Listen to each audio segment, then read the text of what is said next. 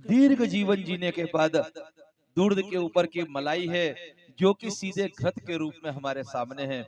ऐसे वृद्धजनों का शीतला माता भगवती की कथा के समस्त जो भक्तजन हैं उनके द्वारा स्वागत किया गया। हम पुनः इन वृद्धजनों का सम्मान को मन में रखते हुए भगवती की कथा में प्रवेश करते हैं। मैंने जैसे आपसे कहा कि जो लोग जन के कल्याण के लिए काम करते हैं वो देवता होते हैं, और जो स्वयं के कल्याण के लिए काम करते हैं उनकी स्थिति कुछ अलग होती है। एक बार क्या हुआ कि देवताओं और असुरों में यह बात हो गई कि हम में से श्रेष्ठ कौन है। अब जो खुद के लिए करता है उसकी बात अलग है, अपने लिए कमा करके अपने ही लिए खाने के लिए रख करके 4 पीढ़ी के लिए छोड़ करके जाने वाला, उसकी चौथी पीढ़ी उसको याद नहीं रखती। रखती है क्या? आपको याद है अपनी चौथी पीढ़ी? लेकिन जो समाज के लिए छोड़ करके चला गया, कल 23 तारीख है और 100 वर्ष के लगभग हो रहे हैं सुखदेव, राजगुरु और भगत सिंह की शहीदी के, और आज हम उनके कोई ना होकर के भी सब कुछ हैं। वो हमारे लिए हमारे शीश की मुकुटमणि है। कौन है? मुकुट की मणि। सुखदेव, राजगुरु, भगत सिंह का नाम कोई युवा जब लेता है तो शरीर का रक्त सिराओं में बहते हुए उफान मारने लगता है। क्यों? क्योंकि उन्होंने हमारे लिए अपना सब कुछ निछावर कर दिया। और आज के समय में आदमी किसी के लिए सम्मान तक फ्री में नहीं देता। आप बताओ, किसी का सम्मान करने में आपकी जीभ घस जाती है क्या? बताओ, किसी को आदर से बोला हो तो जीभ घसी हो आज तक? मेरे को तो एक भी आदमी की जीभ घसी हुई नहीं दिखी कि जिसने सम्मान से बोला हो। हाँ, जीभ टेढ़ी कईयों की दिखी जिसने जिंदगी भर अहंकार में बोला, बाद में लकवा लग गया। लकवा लग गया तो टेढ़ी जरूर दिखी है, लेकिन जिसने सम्मान से बोला उसकी जीभ मुझे कभी घसी हुई नहीं दिखी। तो सम्मान देने में पैसा नहीं लगता, आप सम्मान दिया करें। मीठा बोलने में पैसा नहीं लगता, आप मीठा बोला करें। और किसी को भी अपने से आगे करके भैया, काका, दादा इस प्रकार के भाव से बोलने में कभी भी पैसा नहीं लगता। लेकिन यह पता चल जाता है कि आपके माता पिता कैसे थे। जब आप अहंकार से युक्त वचन बोलते हैं तो समझ में आता है कि इनके माता पिता ने इन्हें क्या शिक्षा दी है, और जब आप विनम्रता से युक्त वचन बोलते हैं तो समझ आता है कि आपके माता पिता कितने संस्कारित रहे होंगे। क्यों? क्योंकि जो बीज था आपका माता पिता के रूप में, वही आज फल के रूप में आप आए हैं। उन देवताओं और दानवों के बीच में बात चलने लगी कि हम में से श्रेष्ठ कौन है। वे आपस में लड़कर के सिद्ध करना चाहते थे। यहां पता चला कि बृहस्पति जी बोलते हैं कि भैया ब्रह्मा जी के पास चले जाओ, वो सबके पिता हैं। तुम्हारे भी पिता वो हैं और इनके भी पिता वो हैं। उन्होंने सारे संसार की रचना करी, आप जाओ। और जब देवता और असुर दोनों पहुंचे तो ब्रह्मा जी ने उस रोज देखा कि आज तो भंडारा चल रहा है ब्रह्मलोक में। भंडारा चला तो ब्रह्मा जी ने कहा, भाई आपकी जो भी समस्या है उसका हल मैं तो कर दूंगा, लेकिन आप एक काम करो। बोले क्या? बोले आप लोग भोजन पालो, पहले भंडारा पालो। अब भंडारा सामने देख करके कथा एक तरफ चल रही है और भंडारा एक तरफ चल रहा है, कभी देख लेना भीड़ किधर रहेगी। बोलो राधे राधे। कहां भीड़ रहेगी? आपका मुस्कुराना ये बता देता है कि भीड़ कहाँ होगी। आप ना भी बोले तो भी पता चल जाएगा। तो क्या हुआ कि भीड़ लगी किधर? भंडारे में। अब ब्रह्मा जी ने कहा, अपने लोक के सारे जो सेवक थे उनको इशारा करा कि इनको, सेवक समझ गए कि ब्रह्मा जी ने क्या बोला। वो सेवक गए और सबके हाथ ला करके सीधे हाथ में लकड़ी बांध दी यहां से यहां तक। अब सबके देवताओं के हाथ में भी एक लकड़ी बांध दी और असुरों के हाथ में भी लकड़ी बांध दी। दोनों के हाथ में लकड़ी बांधी तो हाथ सीधा हो गया, और हाथ जैसे ही सीधा हुआ, अब भंडारे की थाली सामने परस करके रख दी। बोले पाइए। अब हाथ बंधा हुआ है, मुड़ेगा नहीं तो मुंह में जाएगा कैसे? अब देवता विचार करते हैं कि क्या करें, राक्षस विचार करते हैं कि क्या करें। राक्षस रुकते नहीं बनता। आप देखना, जो देवता रहते हैं ना, वो जब भोजन करेंगे तो भोजन की थाली पूरी परस जाने देंगे और उसके बाद में उसको नमस्कार करेंगे, भगवान का नाम लेंगे और भोजन पाएंगे। लेकिन जिनके अंदर आसुरी वृत्ति होगी ना, तो अभी अगर सामान आना बाकी भी है, शुरू कर देंगे, तो उनसे रुकते नहीं बनता। उनने तो शुरू कर दिया, और जैसे ही शुरू करा तो उठाया और ऐसा लेकर के ऊपर से डालते हैं, तो किसी के यहाँ पे गिर रहा है, किसी के यहाँ पे गिर रहा है, किसी के पेट पे गिर गया, किसी किसी के मुंह में भी चला गया, तो बोला हाँ आ गया। अब विचार करते करते देवताओं ने विचार करा कि क्या करें।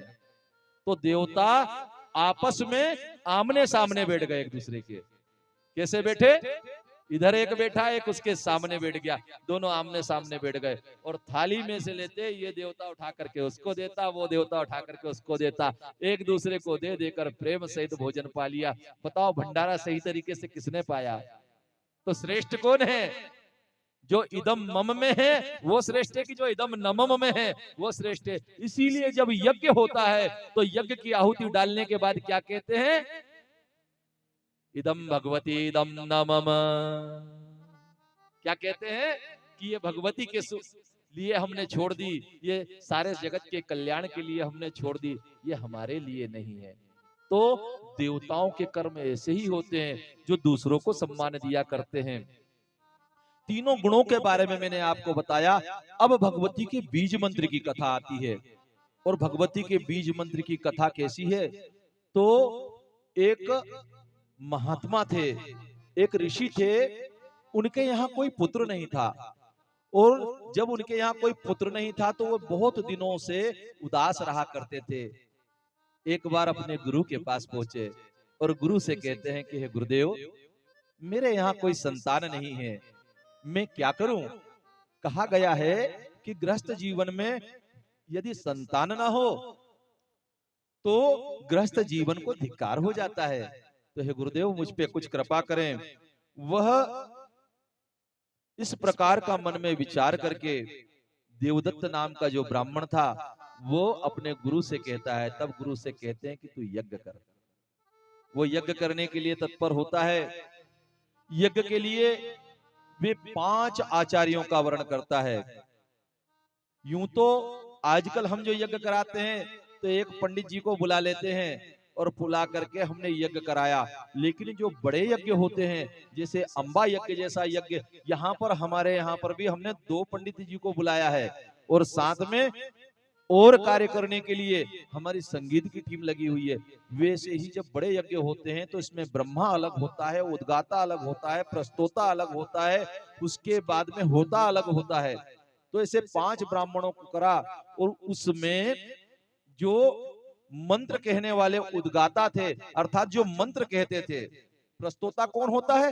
जो यज्ञ की संपूर्ण सामग्रियों का ध्यान रखता है कि इस आहुति को किस पात्र से देना है, किस विधान से देना है, वो प्रस्तोता होता है।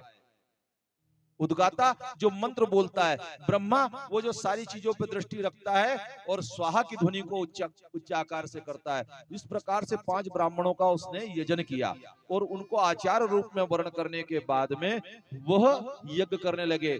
तो जो उद्गाता थे वो थोड़े बूढ़े ब्राह्मण थे। उद्गाता ब्राह्मण बूढ़ा होने के कारण उनके दांतों में कुछ बीच में छेद थे, 1-2 दांत कम थे, तो शब्दों का विस्तार अलग होने लगा। अब क्या हुआ? और कोई होता तो यह विचार करता कि ब्राह्मण देवता मंत्र कर रहे हैं, लेकिन वो स्वयं भी ब्राह्मण था। और ब्राह्मण को कम से कम नहीं कुछ तो अपनी पूजन पाठ का अधिकार हो ही जाता है कि मुझे भी बहुत मंत्र आते हैं, आप देखना। ऐसा कई बार देखने में आता है। तो उन ब्राह्मण देवता को देख करके उनके मन में यह विचार आया कि आप अशुद्ध मंत्र कह रहे हैं। और उसने क्रोध पूर्वक अपने आचार्य से बात कर ली। अर्थात गोविल मुनि जो कि उद्गाता थे, उनसे क्रोध पूर्वक बात करी। जब आपने आचार्य वर्ण कर लिया है तो आचार्य से आपको किस प्रकार से बात करना चाहिए, इस बात का आपको ध्यान रखना चाहिए। जब गोविल मुनि से उसने उच्च स्वर से बात करी तो गोविल मुनि कहने लगे कि मैं शब्द तो सही कह रहा हूं, लेकिन दांतों के अंदर हवा का प्रभाव बदलने से तुम्हें शब्द सुनाई कम आ रहे हैं, लेकिन मेरी और भगवान के बीच में जो शब्दों की मात्रा है वो बराबर है। और तुम मुझसे इस प्रकार बात करते हो, तुम मेरा अपमान कर रहे हो। जा, तेरे घर पुत्र तो होगा लेकिन निपट मूर्ख होगा।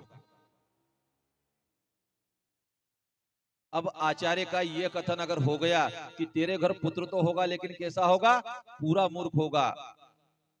यज्ञ पूरा हुआ, यज्ञ पूरा होने के बाद में बहुत समय हुआ, उनके यहाँ पर एक बालक हुआ, बालक का नाम रखा गया उतथ्य। वो उतथ्य ब्राह्मण, ना वो कुछ बोलता था ना कुछ चालता था। उसको पिता ने बहुत प्रकार के कर्म करे, यज्ञोपवीत आदि कर्म भी करा, लेकिन उसको कोई ज्ञान नहीं आया। पिता पढ़ा पढ़ा के थक गया, लेकिन पिता से कुछ भी ज्ञान नहीं सीख पाया। गुरुजनों को बुलाया लेकिन कोई ज्ञान नहीं आया। यहाँ तक कि वो बड़ी मुश्किल से भोजन के समय भगवान के हाथ जोड़ करके नमन कर पाता था। ग्रंथों में कहा गया है कि अगर ब्राह्मण मूर्ख हो तो केवल भोजन का अधिकारी होता है, लेकिन अगर ब्राह्मण ज्ञानी हो तो यजन का अधिकारी होता है, प्रणाम का अधिकारी होता है। अब ऐसी स्थिति में वो माता और पिता देह त्याग करके चले गए, और माता पिता जब समय के साथ देह त्याग करके गए, अब वो ब्राह्मण अकेला रहने लगा। अब क्या होगा कि सब लोग उसका अपमान करते हैं। अपमान करते करते उसके मन में यह बात तो आई कि मेरा कोई सम्मान नहीं करता। मेरे पिता थे तब तक सम्मान होता था, लेकिन अब मेरा कोई सम्मान नहीं करता। तो उसने क्या करा, उस स्थान का त्याग कर दिया, जंगल में रहने लगा। गंगा किनारे वो रहता, यहाँ वहां के कंदमूल फल लेकर के आता, मौन बना रहता। गंगा का स्नान, मौन का सानिध्य और प्रकृति का वातावरण, ये तीनों ही भगवान के द्वारा बनाए हुए हैं। हम जब शहर की तरफ जाते हैं ना, तो हम देखते हैं क्या बिल्डिंग बनी है, क्या कांच लगे हैं, क्या सड़क बनी है। तो ये सारी चीज देख करके हमको किसका भान होता है, संसार का भान होता है। क्यों? क्योंकि इसको बनाने वाले संसार के लोग हैं। लेकिन जब हम जंगलों की तरफ जाते हैं, नदी पहाड़ पर्वतों की तरफ देखते हैं, तो किसका भान होता है, भगवान का भान होता है। क्योंकि वो बनाया किसने है, भगवान ने बनाया है। जब ऐसी स्थिति में उसके मन में धीरे धीरे धीरे धीरे धीरे धीरे करके ज्ञान उत्पन्न होने लगा। और एक बार की बात है कि वो अपनी कुटिया के बाहर बैठा हुआ था, और कुटिया के बाहर बैठे हुए एक शिकारी ने शिकार करते हुए वहां से निकला। एक सूकर को उसने बाण मारा और सूकर उसके पास से निकला, तो वो डर के मारे उसके मुंह से एक शब्द निकल आया, ए, क्या शब्द निकला, ए।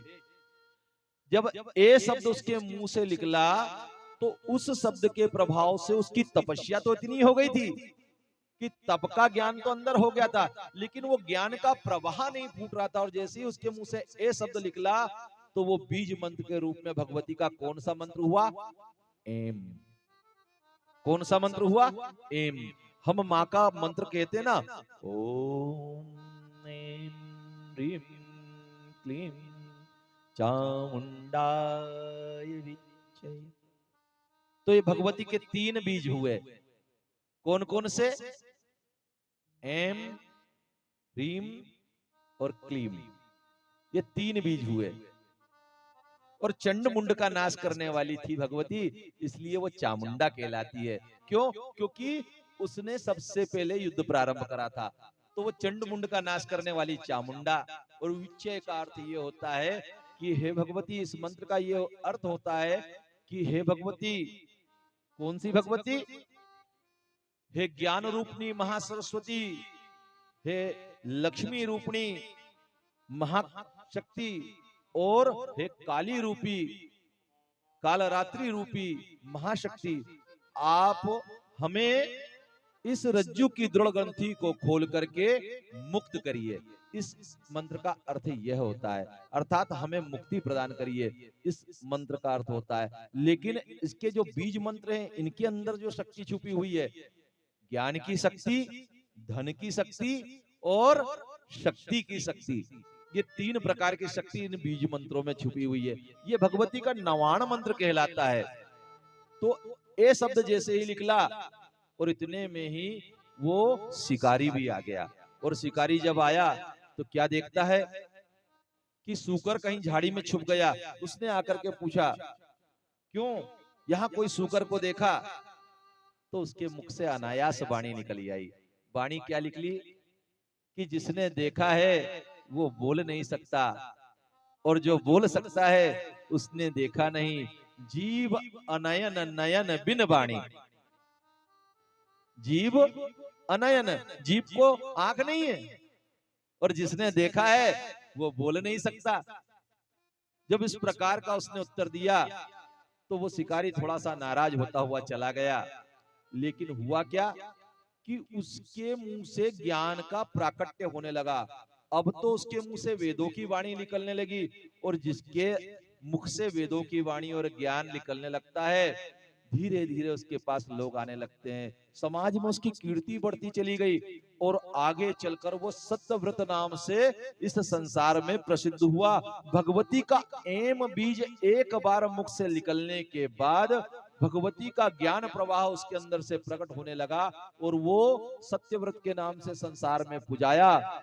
ऐसी भगवती जो मात्र एक बीज मंत्र के सहारे ज्ञान दे देती है, जिस मंत्र को माताओं को चाहिए कि अपने बच्चे जब गुरु दीक्षा लेते हैं, अर्थात गुरु पूर्णिमा के दिन और वसंत पंचमी के दिन, देवी भागवत की कथा हर वर्ष शारदा माता मंदिर पे होती है, वत्सला विहार शारदा माता पे। और कब होती है? गुप्त नवरात्र में। इसके पहले जो नवरात्र जाती है वो गुप्त नवरात्र होती है, और उस गुप्त नवरात्र में 9 दिन की कथा होती है, और जो कथा होती है उसमें पंचमी के दिन, अर्थात कल पंचमी है, तो पंचमी के दिन बच्चों का विद्यारंभ संस्कार करते हैं। बच्चों के विद्यारंभ संस्कार में बच्चों के जीभ पर एम बीज लिख करके, ओम के साथ एम बीज लिख करके उनको विद्या मंत्र दिया जाता है। यदि आप अपने बालक को यूं भी कहें कि अगर तू 5 बार गायत्री मंत्र और उसके बाद में 5 बार एम मंत्र कह करके भगवान सूर्यदेव को प्रणाम कर, तो उसकी बुद्धि का विकास हो जाएगा, और उसकी मुख में वाणी बस जाएगी, वेदों की महिमा कहने लायक मुख हो जाएगा। तो इस एम बीज को माताएं ध्यान रखें। अब ऐसी भगवती जो संसार में सबको ज्ञान दिया करती है, और उसका वाग बीज कौन सा है? एम। ऐसी भगवती की स्तुति स्वयं वेद कहते हैं, और क्या कहते हैं? माँ वेदों ने तेरी जो मैं